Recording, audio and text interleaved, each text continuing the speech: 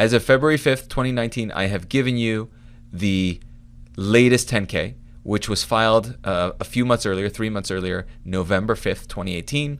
This is for the year ended September 29th, 2018. Okay, so Apple does not have a calendar year, fiscal year end, right? Most companies do report on a December 31st calendar year end. Apple is not one of them. They report on a September 29th or September 30th fiscal year end. Now, you always want to get the latest filing either from the SEC website or from whatever service you're using, Capital IQ or FactSet or what have you. Here's the Apple 2018 10K. One thing that I want you to be aware of as you're scrolling through PDFs, there are two shortcuts you should absolutely know. One is Control-Shift-N, and that's go to a page. So if I want to go to a specific page that I know something is in, I hit Control-Shift-N, page 44, and that takes me to the statement of shareholders' equity. Okay. The other shortcut that everyone should know, I suspect most of you do know this, is Control-F, like Frank. So Control-F, if I want to look for a specific term. So for example, I had this in there. If I'm looking for a depreciation footnote, I rely on this heavily. I'm not just scrolling around trying to find information. I have a sense of what I'm looking for, and it enables me to really quickly hone in on specific things. Okay, so those are the two PDF reader shortcuts that you should absolutely know. So that's this 10K. As I mentioned, when you originally try to find this in the PIB, you're going to go to either the SEC website directly, that's the horse's mouth, right? Every company that files must file first with the SEC. That's where all the third-party providers get their data from. Let me actually go back and show you the process of how to do this just from scratch. You go in, Filings, Company Filing Search. For Apple, you can either put the company name or the ticker. The ticker for Apple is AAPL. I'm going to stick that in there, hit search. It's going to give me a laundry list of filings. One of the nice things about data providers like Cap IQ and FactSet is they try to clean this up. But it's really not that big of a deal. If you put in 10-K, you're going to get all the 10Ks that Apple has filed. You can see the one that they filed most recently. We're going to be working with one that was filed the prior year. And if you click on Documents here, you'll see that the same 10K that I've given you is listed here. It's just not, maybe format isn't nice, so you might have to convert it to a PDF because they don't have PDFs, they just have HTML files, but it's the horse's mouth. The same, one other thing to note is if I'm looking for press releases, which is also something you need, you can hit 8-K. All press releases are filed as 8Ks, and you will see all the press releases the company has ever filed.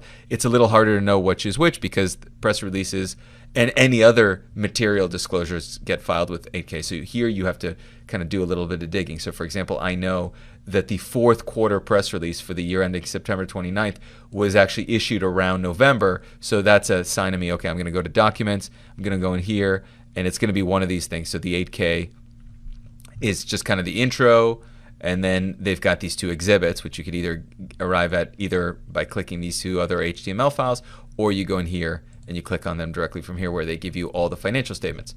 So let's get back to the task at hand. And now that I've shown you where you would go to get the 10K if you don't have Capital IQ or FactSet, I've also shown you where you get the press release if you don't have Capital IQ or FactSet. I've provided you both of them. The Apple fourth quarter press release was filed, notice, about 4 days before the annual report. One of the things I've told you in prior videos is, the press release is filed before the annual report. And that's why if you're kind of in no man's land, imagine it's, November 3rd, and there is no annual report yet, the only thing that exists is a press release, then you definitely want to, that's why you always want to look for the latest press release so that, maybe there's already a fourth quarter out, but the 10K is not there, but that's okay because full financial information is already here. So use the most recent. Now, if there's already an annual report, this becomes less useful. It still could be useful because management might include guidance here about a whole variety of things, but it becomes less useful because this is very redundant and less detailed than what's in here. Okay, so we've given it to you anyways. We're not actually going to use a whole heck of a lot here because most of the data we need is in the 10K, but just so you have it, we've included it for you just in case. It's something that should definitely be part of a PIP. Last but not least, this area, which reflects sort of Apple company filings and conference call stuff that Apple itself is providing, as opposed to other filings I've given you, which reflect sort of what the street and equity research thinks about Apple, right? So this is what other people think about Apple. This is what Apple thinks about itself, right? And so here I've also given you the conference call transcript, right? So around the same day that the fourth quarter results come out, the conference call transcript also comes out. And this is where the company gives color about what's happened. Sometimes Apple is not great about giving full year guidance, but some companies do give full year guidance, do explain financials. It might be confusing. We're not going to spend too much time in this conference call transcript. Let me show you what it looks like. Here is the Apple fourth quarter conference call transcript. We actually use the monthly Fool service to get this. Here's Tim Cook talking, and then he kicks it off to the CFO, I believe. And then you have, when you scroll down to the bottom, you've got a whole bunch of analysts that are asking questions. That's the flow of a conference call transcript. You have analysts asking questions for clarification. This is a good read if you really want to learn about a business. Always a good thing to include as part of the PIB. And like I said, I use the Motley Fool service. But if you have Capital IQ, you would go into Apple and you could get transcripts right here. All the filings, transcripts, SEC filings, everything you need.